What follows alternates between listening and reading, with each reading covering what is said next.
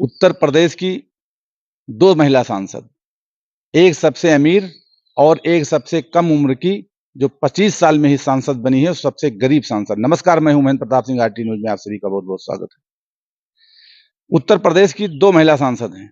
जो एक महिला सांसद हैं सबसे अमीर, 297 करोड़ की संपत्ति उनके पास है, और सबसे अमीर सांसद हैं उत्तर प्रदेश की, जो हेमा मालिनी जी हैं। दूसरी सांसद गरीब परिवार से हैं, 25 साल की उम्र में सांसद बनी हैं, जिनकी आय 11 लाख रुपए है। उत्तर प्रदेश की जो गरीब महिला सांसद हैं, ये प्रिया सरोज जी हैं। ये मछली शहर से चुनी गई हैं और इतनी तेज तर्रार हैं कि ये चुनाव के समय मंच से ही मोदी को चैलेंज दे रही थी कि 1, 2, 3, 4 नहीं, दर्जनों मुकदमे हमारे ऊपर आप लिखवा दीजिए, लेकिन मैं चैलेंज देती हूं और सरकार को चैलेंज देती हूं कि मैं जनता की सेवा के लिए संघर्ष करती रहूंगी, आवाज बुलंद करती रहूंगी। मैं सुप्रीम कोर्ट की वकील हूं, मैं अपना केस खुद लड़ूंगी। तो ये प्रिया सांसद, जो प्रिया सरोज जी हैं, ये मछली शहर से सांसद हैं। आप खुद देख लीजिए कि मंच से मोदी को किस तरह से चैलेंज कर रही थी, और चेहरे पर शिकस्त का, चेहरे पर भाव नहीं था, किस तरह से चैलेंज कर रही थी। और ये सुप्रीम कोर्ट की वकील भी हैं, और सबसे कम उम्र 25 वर्ष की उम्र में ये सांसद चुनी गई हैं प्रिया सरोज जी। आप खुद ही देख लीजिए किस तरह से दहाड़ रही थी चुनाव समय पर।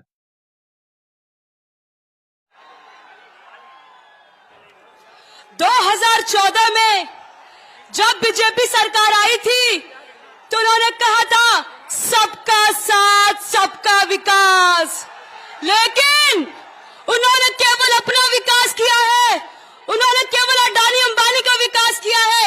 इन्होंने अनेक वादा किया था।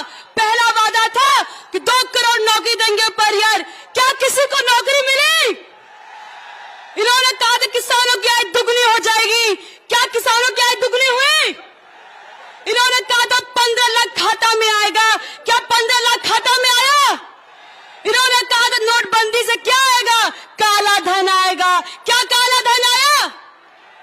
और अब चुनाव आ गया है तो एक नए नारे के साथ आए। वो नारा है 400 पार। मैं कहती हूँ 400 पार नहीं, 400 हार होगा इनका, क्योंकि ये संविधान हटाने वाले हैं और हम संविधान बचाने वाले हैं। प्रधानमंत्री मोदी जी को इतना गुरूर है, इतना घमंड है कि उनका देश विदेश में नाम डंका बज रहा है, लेकिन जब वोट लेने की बारी आती है, ये धर्म के नाम पे वोट मांगते हैं, हिंदू मुस्लिम के नाम पे वोट मांगते हैं, नफरत की राजनीति करते हैं। मैं कहती हूँ मेरी जनता इनको जवाब देंगी। 14 में आए हैं, 24 में जाएंगे। मैंने सुना था प्रधानमंत्री जी 14 में चाय बेचा करते थे। मैंने उनको चाय बेचते हुए तो नहीं देखा, मैंने उनको बीएसएनएल बेचते हुए देखा है, रेलवे बेचते हुए देखा है, एलआईसी बेचते हुए देखा है, रेल भेल सब बेच दे रहे हैं, लेकिन उससे प्रश्न कोई नहीं करता है। इलेक्ट्रल बॉन्ड के बारे में सुना है कि नहीं सुना है? उनका पर्दाफाश हो गया है और बीजेपी वालों का नारा है चंदा दो धंधा लो, नहीं तो ईडी सीबीआई का फंडा लो। मछली शहर लोकसभा में कुल 12 प्रत्याशी खड़े हैं।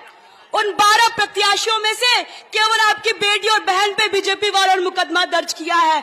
मैं कहती हूँ 4-5 केस और दर्ज कर दीजिए। मैं तो वकील हूँ सुप्रीम कोर्ट की, अपना केस मैं खुद ही लड़ लूंगी। इस देश में न हिंदू खतरे में है, इस देश में न मुसलमान खतरे में है। धर्म का चश्मा हटाइए, आज हमारा संविधान खतरे में है। मैं आपको यही कहूंगी, यहाँ पे किसी को किसी से दिक्कत नहीं, नफरत नहीं है। इस देश को खतरा है तो बीजेपी वालों से खतरा है। ये बीजेपी वाले कहते हैं कि संविधान बदल देंगे। मैं यही कहूंगी, ऐसे कैसे संविधान बदल जाएगा? संविधान का देन मैं यहाँ खड़े होकर बोल रही हूँ। संविधान का देने का वोट दे सकते, नेता चुन सकते हैं। संविधान का देने की सम्मानता का अधिकार है, और संविधान बदलने की बात करते हैं। इस समय हमारे किसान भाई इस देश में धरना दे रहे थे, जब ये कुछ नहीं बोलते हैं। मैं यही कहूंगी, ये बीजेपी वाले डर गए हैं और इनको डर लग रहा है इनको।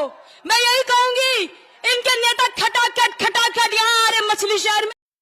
तो देखा आपने किस तरह से प्रिया सरोज जी मन से दहाड़ रही थी। इसके बाद जनता ने इनको चुना और भाजपा प्रत्याशी को उन्होंने हराया।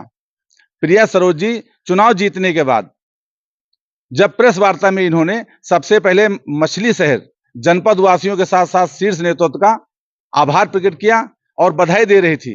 जो प्रिया सरोज जी हैं, आप खुद ही देख लीजिए। देंगे जनता ने इस बार को जवाब दिया है कि संविधान सुरक्षित रहेगा और इस बार लोगों ने जिताया है। और मैं कहूँगी मछली शहर की जनता को बहुत बहुत धन्यवाद। मैं उनकी बहन लड़ूंगी मैं, और वो लॉयर सुप्रीम कोर्ट की जो उनकी आवाज लड़ने की लड़ाई की लड़ने की सुप्रीम कोर्ट की कितने वोटों से जीत आपने दर्ज की? जी accurate I think round off 40,000 के आसपास। कितनी बड़ी जीत इसको मानते हैं आप?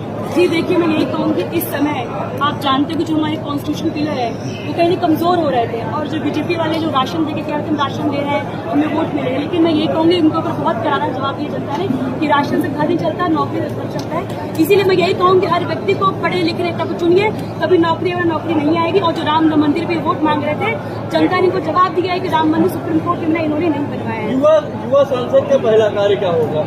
जी मेरा पहला कार्य यही होगा जो पढ़े लिखे लोग को आगे करना, महिलाओं को आगे करना, जो हमारे रिजर्वेशन बिल